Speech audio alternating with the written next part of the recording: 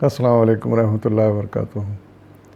آج میں آپ کے سامنے سورہ الانعام کی آیات نمبر 1، 2 اور 3 یعنی 1، 2 اور 3 کا ترجمہ لے کر حاضر ہوں۔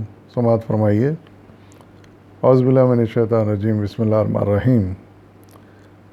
تعریف اللہ کے لیے ہے جس نے زمین اور آسمان بنائے، روشنی اور تاریکیاں پیدا کیں۔ پھر بھی وہ لوگ جنہوں نے دعوت حق کو ماننے سے انکار کیا، دوسروں کو اپنے رب کا ہم اثر ٹھہرا رہے ہیں۔ وہی ہے جس نے تم کو مٹی سے پیدا کیا، پھر تمہارے لیے زندگی کی ایک مدت مقرر کر دی، اور ایک دوسری مدت اور بھی ہے جو اس کے ہاں طے شدہ ہے، مگر تم لوگ ہو کہ شک میں پڑے ہوئے ہو۔ وہی ایک خدا آسمانوں میں بھی ہے اور زمین میں بھی، تمہارے کھلے اور چھپے سب حال جانتا ہے، اور جو برائی یا بھلائی تم کماتے ہو اس سے خوب واقف ہے۔ صدق اللہ العظیم۔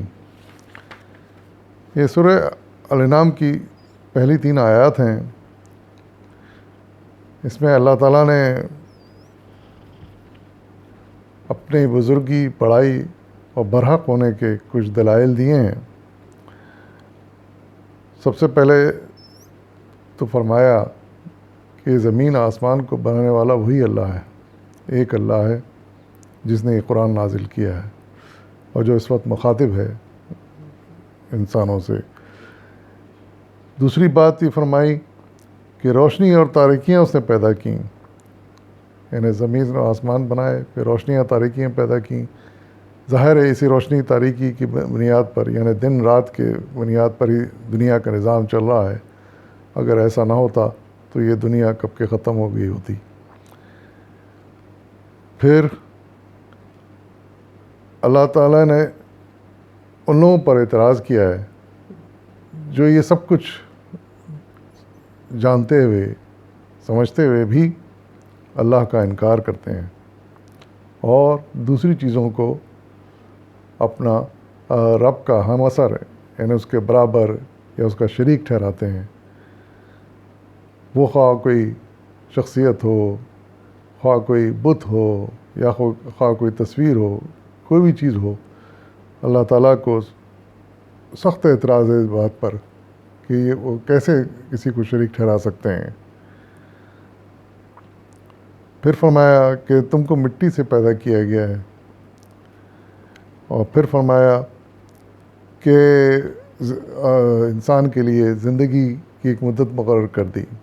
پیدا کرنے کے بعد اس کی ایک عمر لگ دی، اس کی ایک زندگی لگ دی جو گزارتا ہے۔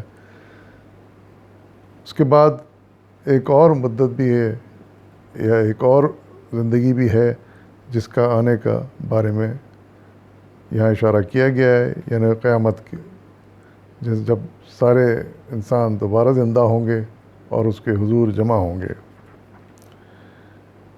لیکن انسان پھر بھی شک میں پڑا ہوتا ہے۔ بہت سے انسان جو پھر بھی شک میں پڑے ہوتے ہیں، کیا ہم دوبارہ زندہ ہوں گے، کیسے زندہ ہوں گے، کیسے حاضر ہوں گے۔ لیکن خالق کائنات اس بات کی گواہی دے رہا ہے اور اس بات کا دعویٰ کر رہا ہے کہ ایسا ہوگا تو وہ لازم ہو کے رہے گا۔ اور پھر آخر میں فرمایا کہ آسمانوں میں اور زمین میں، یعنی دوسرے الفاظ میں پوری کائنات میں وہی ایک رب ہے جس نے ان سب چیزوں کو پیدا کیا اور ان سب چیزوں کا نگہبان ہے۔ اور ایک بات یہ فرمائی کہ اللہ تعالیٰ کی قدرت اتنی بڑی ہے کہ وہ اپنے مخلوق کے تمام کاموں سے باخبر ہے۔ وہ کیا اچھا کر رہے ہیں، کیا برا کر رہے ہیں، وہ کس حال میں ہیں، وہ سب جانتا ہے، اور در حقیقت یہ اسی کی منشا کے مطابق سب کچھ دنیا میں ہوتا ہے۔ اگر وہ نہ چاہے کوئی چیز تو وہ نہیں ہو سکتی۔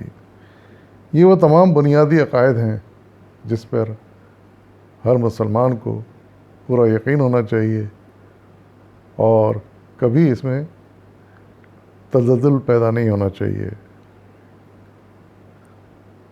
اس بات کا ہمیں ہمیشہ خیال رکھنا چاہیے۔ وآخر دعوانا الحمد للہ رب العالمین۔